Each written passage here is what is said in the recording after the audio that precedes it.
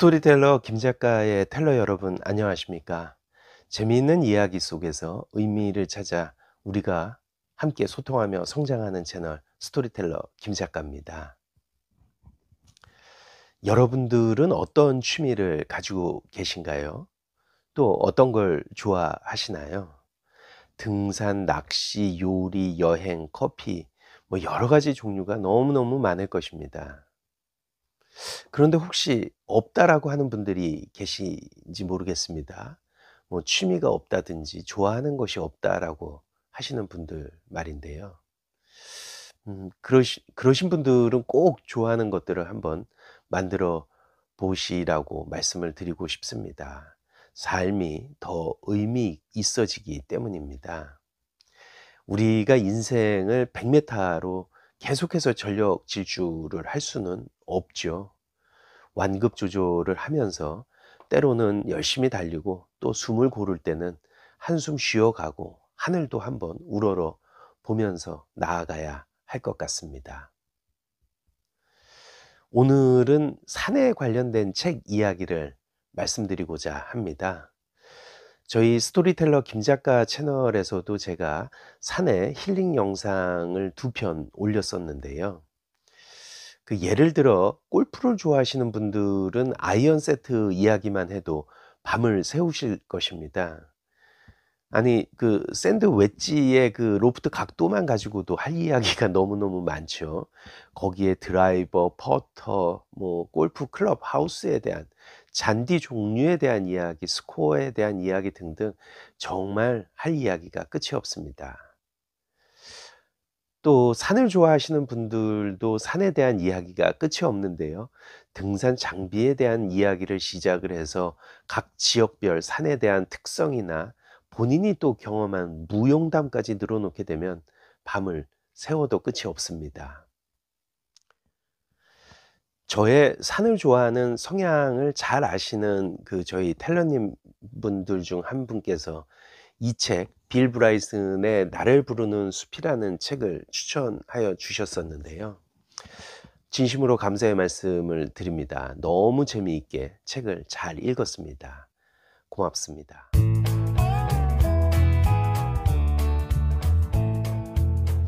이 책은 저자가 동부의 에팔레치아 트레일을 종주하면서 경험한 이야기를 담은 책입니다. 저는 만화책을 보듯이 혼자서 희죽희죽 웃으면서 이 책을 읽었는데요.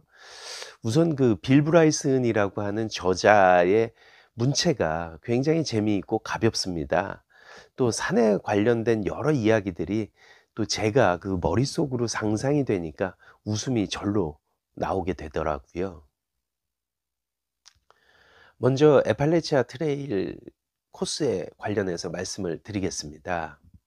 트레일은 장거리 종주 등반의 원조로 불린다라고 합니다.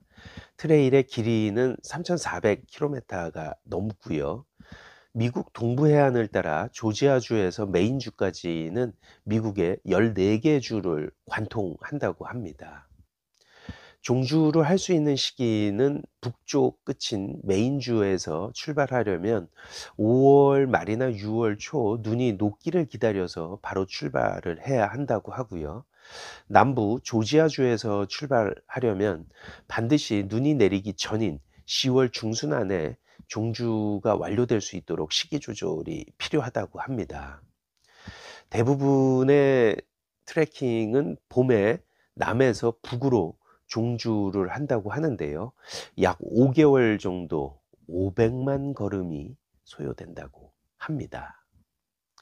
이 에팔레치아 산맥의 가장 높은 봉우리는 테네시주에 있는 클링먼스 돔이라고 하는데요. 2010m라고 합니다. 그리고 이 산맥에는 1500m가 넘는 봉우리가 350개나 있다고 합니다. 참고로 우리나라의 지리산 높이가 1915m입니다. 책의 시작은 에팔레치아 트레일에 대해서 설명을 하고 트레킹을 위한 등산 장비를 구입하는 장면이 나옵니다. 이 등산 장비에 대해서는 트레킹 중에도 계속 나오는 이야기인데요. 참 재미있습니다. 이는 산행 경험이 있으신 분들은 같이 공감할 수 있는 내용이라서 더 그럴 건데요. 너무 많은 종류의 배낭, 텐트, 코펠, 엄청난 장비들이 많습니다. 또 종류가 많아서 선택하기도 어렵고요. 더더군다나 문제는 이러한 장비들의 가격이 굉장히 비쌉니다. 예를 들면 이런 거죠. 방수용 깔판을 등산 장비로 사면 이 책에서는 59.95달러, 우리나라 돈으로는 한 6만 원 정도의 금액이 소요가 되고요.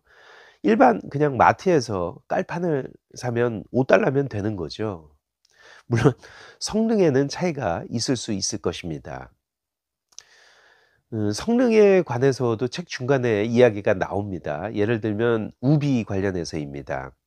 우비를 입으나 안 입으나 비가 오면 젖기는 매한가지라는 거죠.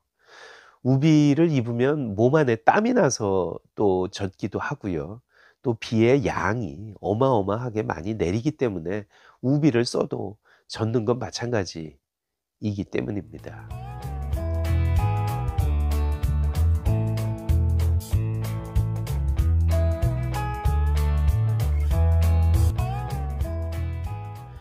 또한 산행 중에 만나게 되는 사람들과의 이야기는 자연히 등산 장비에 대한 이야기가 많아지게 된다고 합니다. 그 엄청난 지식으로 이런 산행은 이런 장비를 써야 한다, 이런 브랜드가 좋다는 등의 이야기는 끝이 없다라고 하죠. 또한 문제는 이러한 장기 트레킹에 있어서 배낭의 무게입니다. 무게가 상당하기 때문에 또 오랜 시간을 걸어야 하기 때문에 산행 중에 덜 필요하게 생각되는 짐들은 버리게 되는 경우도 발생이 된다고 하는데요. 이는 저도 지리산 종주를 할 때 경험을 해서 더욱 공감을 하고 있습니다. 너무 무거운 배낭을 보고 나의 미련함과 필요 없는 것들을 버리고 싶은 생각이 굴뚝 같아집니다. 이 책에서는 빌 브라이슨의 친구가 트레킹 중에 물건을 하나하나 버리는 장면이 나옵니다. 버리다가 결국 물통까지 버리게 되었는데요. 산에서 물은 생명과도 같이 소중한 것입니다. 그리고 또 플라스틱 물통이 무게가 얼마나 된다고 그걸 버리냐는 이제 핀잔을 빌 브라이슨이 친구한테 하는 내용인데요. 하지만 저는 물통을 버린 빌 브라이슨의 친구 카치라고 하는 사람의 심정이 이해가 됩니다.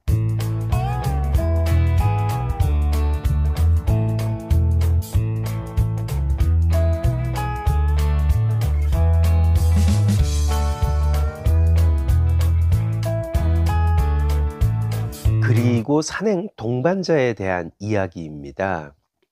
이처럼 장기간의 트레킹을 혼자 하기는 힘들고 또 위험하죠. 산에서 곰을 만날 수도 있고, 저자가 말하면 여기는 미국이고 어디서 살해를 당해도 이상할 것이 없다는 것이죠. 하물며 아무도 없는 산속에서야 더욱 그럴 것입니다. 이 책의 저자 빌 브라이슨은 고등학교 동창인 카츠라는 사람과 함께 트레킹을 출발합니다. 출발서부터 산행까지 서로 투닥거리고 신경전을 계속합니다. 또한 서로 체력이 다르기 때문에 카츠는 항상 뒤에서 뒤처져서 걸어오죠. 이런 카츠가 빌 브라이슨은 계속 신경이 쓰입니다. 그러나 결국 둘은 싸우면서도 서로 의지하며 같이 산행을 마무리하게 되는데요. 우리의 인생도 이러하지 않을까 생각이 됩니다.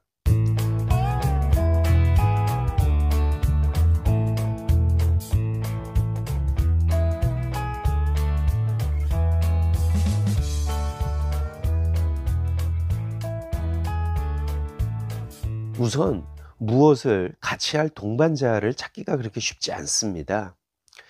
같이 그 취미를 정말 좋아해야 하고, 경제적인 측면, 대화의 코드 또는 체력 상황이라든지 또 시간 할애가 가능한지 등등에 대한 이러한 조건들이 모두 맞아야 오랜 시간 함께 같은 취미 활동을 할 수 있는 거죠. 하물며 부부끼리도 어렵습니다. 그러므로 우리는 함께 있음에 감사해야 하고, 이 감사한 사람들에게 내가 조금 더 다가갈 수 있어야 할 것 같습니다. 이것이 결국에는 나에게로 다시 도움이 되어 돌아올 것이기 때문입니다.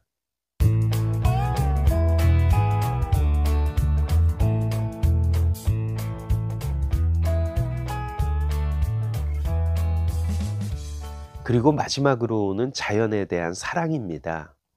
해마다 파괴되어 가는 산림과 그 안에서 없어져 가는 동식물들에 대해서 안타까워하고 있습니다.